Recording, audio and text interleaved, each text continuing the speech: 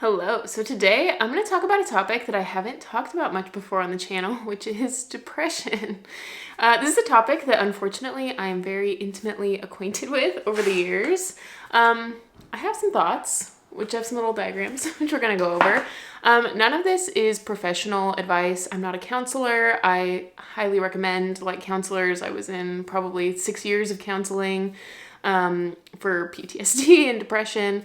And so I really recommend counselors. This is just all going to be from my experience and things that have helped me in the situation that I was in. So none of this is professional advice. It's just my experience and things that worked for me in my experience. And if it doesn't work for you, it doesn't work for you. So just as a backstory, since I was 12 or 13, it was about every other winter that I had a pretty deep depression. I grew up 2 hours from Canada in northern Idaho. It's very dark. Like when I listen to Noah Kahan songs, like Season of the Sticks, I'm just very intimately acquainted what it's like to not see the sun very much. My depression was accumulation of some adverse childhood experiences and also weather and also life changes that I needed to make.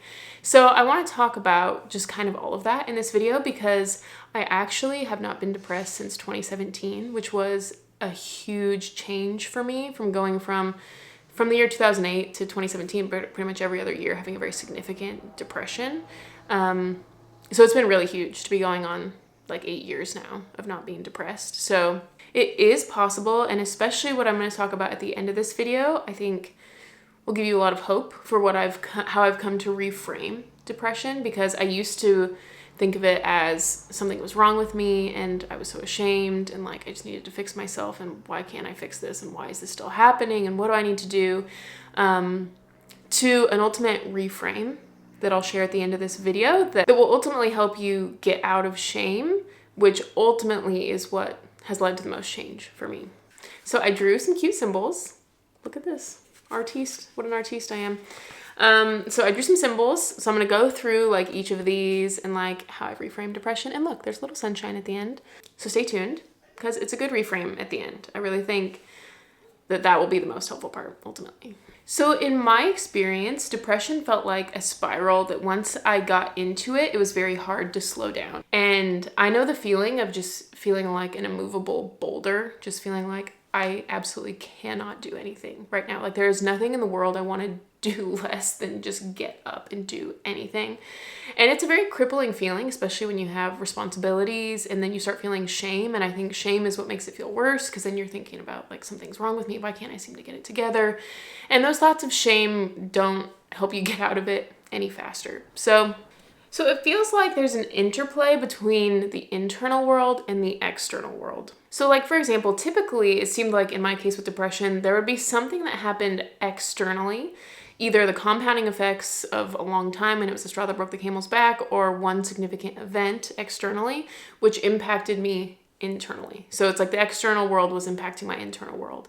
And at the same time, then my internal state would make me feel like I'm just so sad, I don't want to do anything.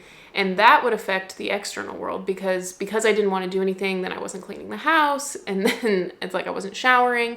And then when I would see this external world, it would then affect me. And this is part of the spiral that I'm talking about. So this is what creates this spiral. The external world affected us, then we affect the external world, and that affects us negatively. And then round and round we go. And this just further entrenches that spiral. And it makes it to the point where the outside world, the external world, is so difficult to deal with that you just stop dealing with it altogether. You stop engaging with it altogether. And at the same time, in my experience, that I was not engaging with the external world, I was really engaging with the internal world, really thinking about how this is so hard and things are not working and just being really sad and really analyzing my emotions. So it's this intense, almost this microscope with the internal world of how do I fix myself? How do I get out of this thing? And putting yourself under the microscope, meanwhile, really detaching from the external world. And that's what is creating, at least it was now perpetuating this spiral. So in my case, I think that I had such a preoccupation with my thoughts and my emotions because I thought depression is it's these thoughts and these emotions that are not working. So obviously I need to fix those. I need to fix my thoughts and fix my emotions and fix myself. And then that'll make the external world better.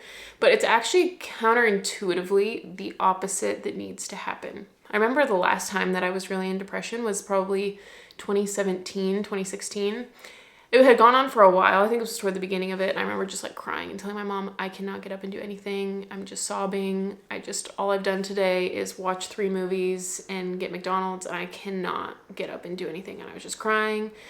And I remember we were fostering cats at the time. And I was not like, I just didn't want to, like, they were just wanted playtime. And I just didn't want to do anything. And then I just felt terrible because I'm like, wow, I'm a terrible pet owner. And I just was feeling really bad. And my mom has struggled with depression too, and she gave me this advice. She said, I know it's the last thing that you want to do, but you need to go outside. You need to get up and you need to go outside. And this advice actually infuriated me. At the time, I was like, I didn't say any of this out loud, but in my mind, I was just like, what do you mean I need to go outside? You don't understand how difficult it is. You don't understand how I can't get up, and you're about to tell me that I just need to get up and go outside. And I was just really mad. And I was like, she should know better. She's been through depression. She should know that it's so difficult. It's not just as simple as going outside. I remember I was just so mad. Anyways, I didn't say any of that out loud, but we get off the phone, and then I think, well, I mean, what else do I have to lose? I'll just go outside, okay. And that is the beginning of making things better. Because I have this diagram that's body, mind, and soul. And since we're having issues with like our soul and our emotion and our thoughts, the tendency is to, okay, I'm just going to fix my emotions and my thoughts. And then once my emotions and my thoughts are fixed, then I'll move on to the outer world, to my body, to the external world. But it's actually the opposite that we need to do counterintuitively, is to start with the external world, start with the body, just the basic stuff, and then work our way in. So I'm just going to walk you through what helped me in the order of body, mind, and soul. So my first advice is the same advice that my mom gave. So that's where we're going to begin, with our body. Just not intense, but just as simple as just getting outside. And by confronting the external world, we're peeling back the layers so that when you get to the layer of your soul and your emotions, you'll actually be ready for it. So it's just as simple as like going to the park, laying in the grass, cutting yourself an apple, eating some easy veggies. I love like a salad kit, or avocado toast is pretty easy. And it sounds like it shouldn't have that big of an impact. And at the same time, while it seems like it's not going to have that big of an impact, when you're really depressed, that sounds like the biggest hurdle ever. Like, I don't know, like that seems like it's going to have no results, and yet it seems like the most difficult thing of all time. And that is precisely why it has such good results, is because it is so difficult. But even just doing it for 5 minutes. So the thing about this time of year, if you're in the Northern Hemisphere, this is the time to defrost. This is the time of year when, vitamin D is starting to come back, when the weather is a little unpredictable. Some days are still cloudy and overcast, but some days are sunny. So I would recommend watching the weather app like a hawk. If it's only going to be sunny for 1 hour of the day, like taking advantage of it, getting outside. If you have to put on a big coat still and bundle up, do that. So now we're peeling back the layers. So just focus on that for a little while. Do that day 1, maybe do that for a couple days, and then don't worry about doing anything else. And then this is where we're ready to start engaging our mind a little bit. So this is a list that I made. It looks like July 31st, 2017 was the last time when I made this list. So this is pretty much getting toward the end of the last time I was depressed, actually. And this list is called Happy Points. Now this is kind of engaging your like mental faculties. I don't know where I came up with this, but I just decided I want to make a list of things that actually make me happy. That's why I called it Happy Points. And then I assigned each of these things a certain amount of points based on how good of the results it made. So if it makes me really happy, it gets more points. If it only sort of does, it gets less points. And then for some reason, I decided I wanted to get 30 points per day. So this was kind of the level up. At the beginning, when we're just focusing on the body and the external, we're just, we're dipping our toe in, engaging with the external. But now that we're getting to the layer of the mind and like we're making this point system and this rubric system, it's like helping us engage externally just a little bit more. And the best thing about this was it allowed me to be able to say, I did something today. I accomplished something. It allowed me to have a little win for the day. At first just getting outside and then moving on to the happy points. And it allows you to feel accomplished and feel proud of yourself for something that you did. And it really is a step in the right direction. So as you start thawing more, so let's say this is probably, give yourself several weeks to do this. But then once you have a better relationship with the external world, that's when then it was easier for me to go to the internal world. And it was at that point, once I was in a better place and I outside and I could be out in the world, that I could then confront the soul issue, like the delicate heart part, a little bit more effectively. So I was ready to process, what started this whole mess, like really what did. And in the case for me, it was the compounding effect of one, processing traumatic childhood experiences, which I have several of. And so I was going to counseling, and just bringing all that up made me more depressed. But also in the instance of this wave of depression that I was having, it was because I needed to process a new era of who I was going to be. And I was unhappy with who I currently was and the choices I was making to be a teacher. And I knew that I didn't like that path, in this case for me. And I just felt like I'd wasted so much time, and it made me so depressed to feel like I spent all this time and I got this degree and I don't want to do it. And now I have to start all over. And the depression in my case was the sum of a bunch of, childhood experiences building up, and also the realization that I needed to make a change.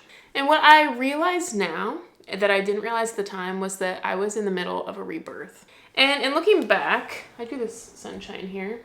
And in looking back, I realized there's the quote, "It's always the darkest right before the dawn." And that really makes sense. And I didn't know it at the time, but on the other side of that depression was a YouTube channel, was quitting teaching, was eventually moving to San Francisco. And I didn't know any of that at the time. But all the depression was signaling to me was that I needed to make a change, and I couldn't see the light at the end of the tunnel. I couldn't have known at the time what things would be. But it really is just a rebirth, is how I've started to see it now. And when you're in the thick of it, it doesn't feel like anything good is going to be on the other side. But it really is like, it's like labor pains, I guess. You're birthing a new version of you, and you're at the point where it's most painful, and it's most dark, and it's most stressful. But there is a new version of you on the other side.